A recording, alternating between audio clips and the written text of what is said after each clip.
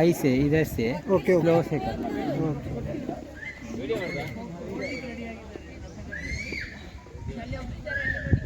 क्या यार क्या देखता है वो पूरा स्लो स्लो फुटन कोड रहा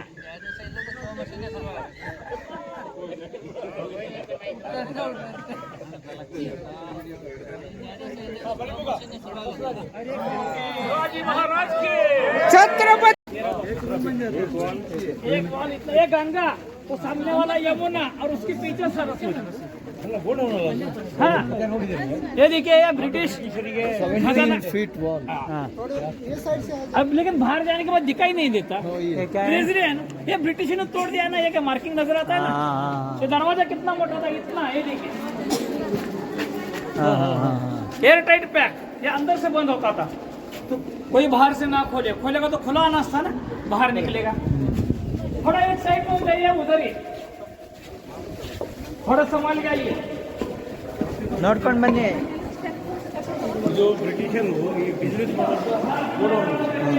ಬಿಟ್ಟಿದ್ರು ಹೊಡೆದಿದ್ದು ಬಿಸ್ನೆಸ್ ಅವ್ರು ಮಾಡಲಿಕ್ಕೆ ಹೊಡೆದಿದ್ದು, ಅವ್ರು ಮಾಡಿದ್ದಲ್ಲ, ಅವ್ರು ಏನು ಮಾಡಲಿಲ್ಲ ಇದು।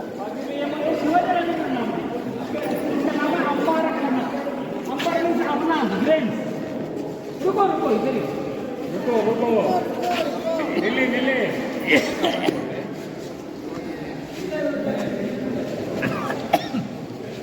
ये 17 फीट का वॉल है। इतना फीट से देखो, बाहर ठंडा लगता है तो अंदर गर्म।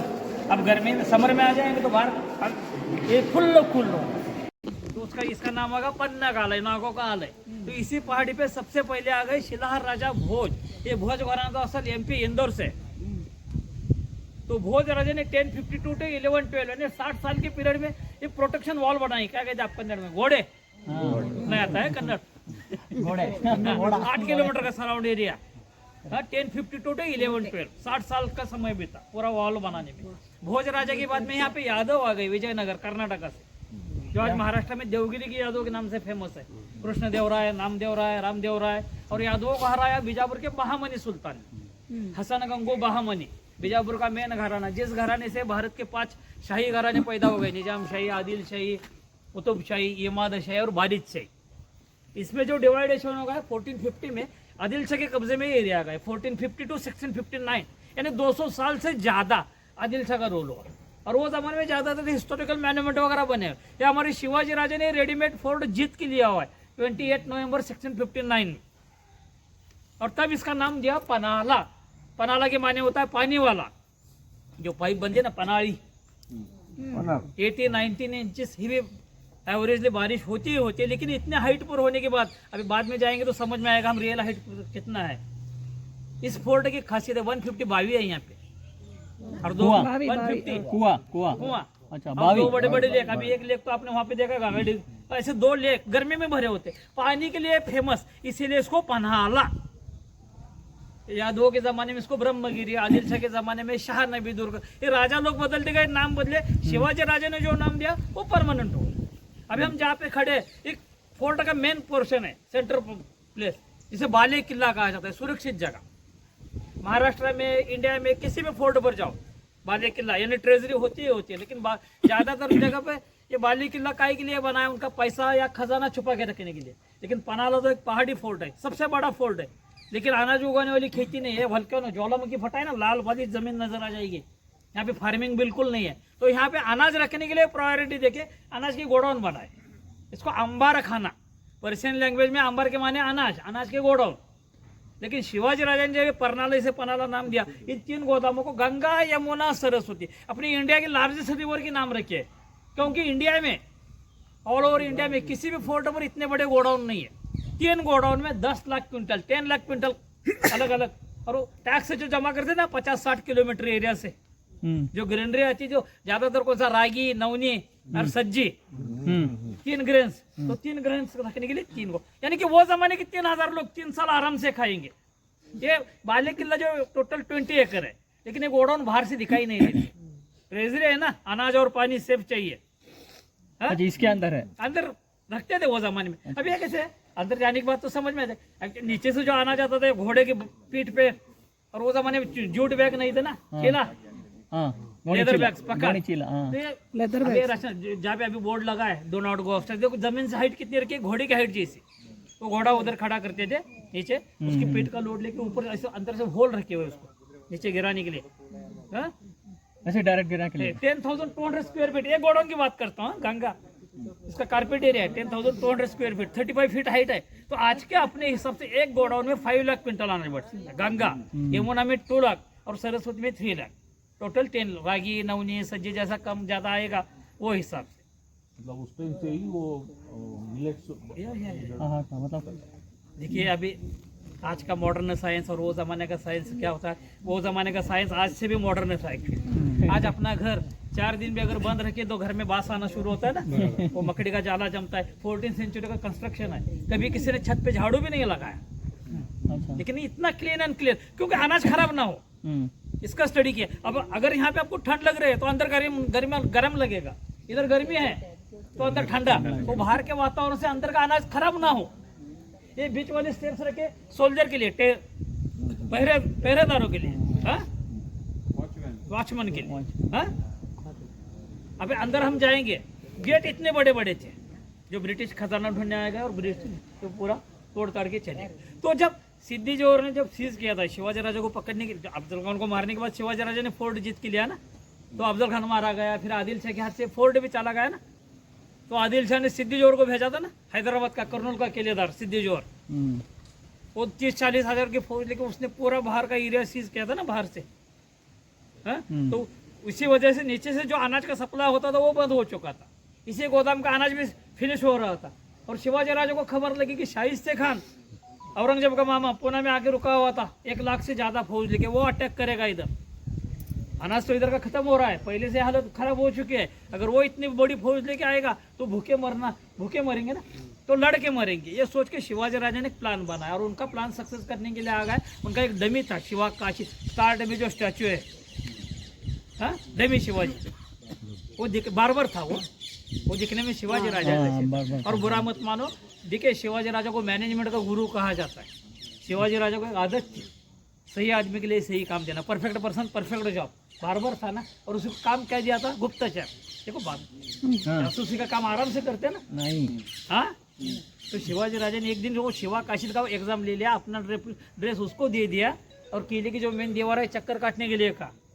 तो शिवाजी राजा की फौज ये कंफ्यूज हो गई ना, असली शिवाजी समझ के मुजरा किया, अरे मेरे वाले इसको नहीं पहचान सकते तो सिद्धि जोहर कैसे पहचानेगा। पूरा प्लान किया ना, बाहर निकलने का डेट पहले फिक्स किया, 12 जुलाई 1660 अमावसा, सॉरी पूनम की रात, फुल मूनलाइट। मशाल लेके निकलेगा तो दुश्मन अलर्ट हो जाएगा ना। और अपने आदमी को सिद्धि जोहर के पास लेटर देके भेजा ना, मैं सरेंडर कर रहा हूँ, कल मेरा अनाज खत्म हो रहा है। खबर सुन के वो खुश हो गया कि शिवाजी हम अपने आप हमारे कब्जे में आ जाएगी, लेकिन असली शिवाजी नहीं गए। मरूंगा तो भी चलेगा, मेरे राजा के लिए मैं राजा बन के मरूंगा। वो नकली वाले उधर से चले गए ना 30-40 लोगों के साथ एक डमी पालकी में बैठ के। चलो खबर फैल गई, शिवाजी ने सरेंडर किया, अब सब रिलैक्स हो गए। बहुत सारे लोग इधर से इधर चले गए ना, क्या अब उसको पनिशमेंट क्या होगा देखने के लिए। इधर का एरिया वैकेंट हो गया ना, वेस्टर्न साइड। और उसी मौके का फायदा लेके शिवाजी राजा यहाँ से विशालगढ़ यहाँ से वो वॉकिंग डिस्टेंस नहीं था क्या? दुश्मन आदिल शाह नहीं था क्या? किधर दुश्मन दुश्मन कौन था? वो प्लान बना के तो चले गए थे ना, बाहर से था, अंदर तो शिवाजी राजा थे, इधर अंदर नहीं, बाहर से था। लेकिन वो देखिए मैनेजमेंट का दिमाग है। सिद्धि जोहर बताया ना, हैदराबाद का, कर्नूल वाला। महाराष्ट्र, एक्चुअली महाराष्ट्र की हिस्ट्री में 2 सिद्धि जोहर है। मुरुड जो समुद्र में जो फोर्ट बनाया वो अलग, और आप प्रॉपर कहाँ से हो? आज भी कर्नाटक में सिद्धापुर में है ना, अफ्रीकन ब्रीड आज भी है ना, हाँ सिद्धि जनांगा, वो अबिसिनिया से हबशी हो गए वो। एक्चुअली वो अबिसिनिया की छोटा कंट्री है ना, अबिसिनिया से हम कहते हैं ना हबशी, यानी निगरो। आज भी सिद्धापुर में है ना वो ब्रीड, हाँ।